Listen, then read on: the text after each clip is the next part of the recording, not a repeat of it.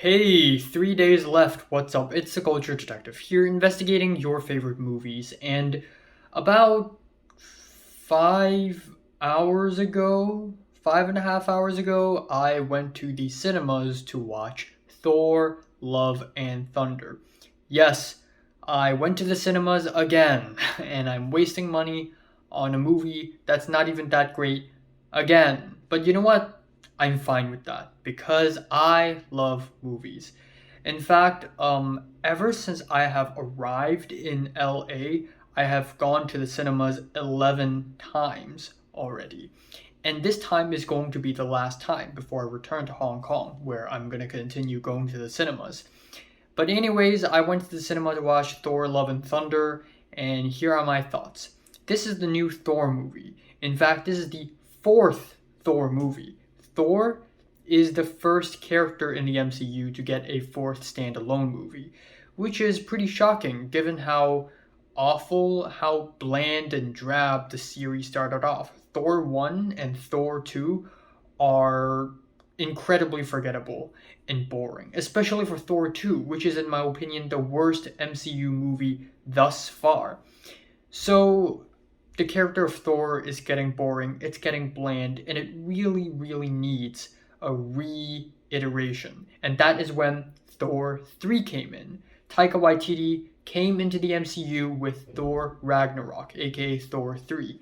And it is a total blast because he completely reinvented the Thor franchise by making his character dumber and by making the story more comedic. It went from a drama with a lot of serious talking and serious dialogue to something that makes fun of itself. And it's really refreshing, it's really fun, it's a lot more creative, and it's actually really charming. And Thor Ragnarok ended up one of my favorite MCU movies ever. It's just that good. So now we have the fourth Thor movie. And this is also the first Thor movie after Avengers Endgame. So this is the Phase 4 Thor. What are you doing?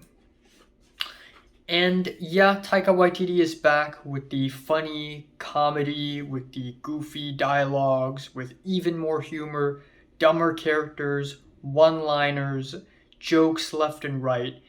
And for some reason, it just doesn't work as well as it did on Ragnarok. I feel like Thor Love and Thunder has kind of lost its charm. First of all, I'm not a huge fan of the movie title. When Marvel first announced Love and Thunder, I was like, come on, it's really? This is the movie title? They're gonna change it, right? No, they didn't. It is the actual title, and I get it. It's sort of campy, kind of 80s, but at this point in time, I feel like the whole 80s revivalism thing has gone dry. It's run dry. Now people are starting to go for 90s nostalgia instead of 80s nostalgia. Second of all, I think this movie has lost its charm. It just doesn't work as well as Ragnarok. Maybe it's because the characters and the actors like Jeff Goldblum are just not here anymore, so the humor just doesn't deliver as much. And all in all, I think this movie is same old, same old. I mean, to be fair, every single MCU movie is same old, kind of formulaic. The same three-act structure, the same kind of ending. It's all the same stuff. It's very cliche, I know. But once in a while, you do feel something special. Like, for instance, on Thor Ragnarok, where for some reason the crazy, jumpy locations and Loki and Bruce Banner and Jeff Goldblum, it just adds so much more spice to the movie. Whereas in this one, even though it is still visually nice and colorful and a lot of fun, it just doesn't feel as fun, in my opinion. Now, there are tons of great things about this movie. First off, Christian Bale as Gore the God Butcher is amazing.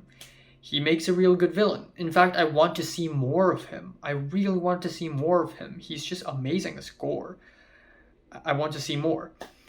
And in my opinion, I think some of the ideas in this movie are really cool. In the second act of the movie, we have a black and white sequence where our heroes went into the shadow realm and everything just turns black and white. But some parts of the shot is in color, like the lightning bolt.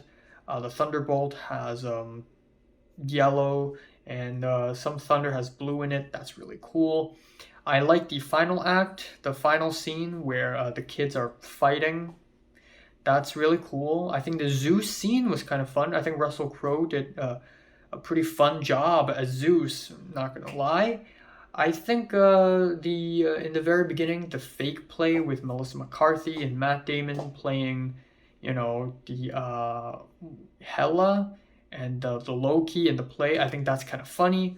Some jokes did land for me. I don't know why, but overall, that's that. I think the ending is not as climactic as I would have hoped it would be. And again, so many cliches, so many plot conveniences, that goes without saying. And I guess the most obvious con of this movie is that it has too much humor.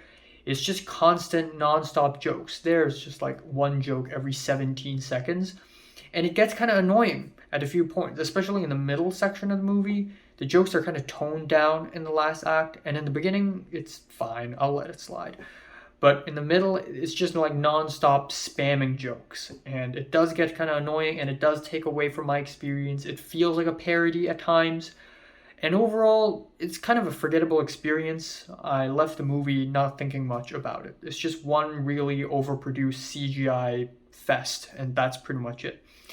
Now, I don't think this movie is bad as some people make it out to be. I'm still generally entertained by this movie. I still had fun.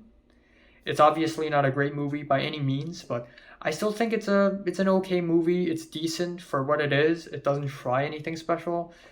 Or at least to me, it's nothing all that special, and it is as it is. So that's it.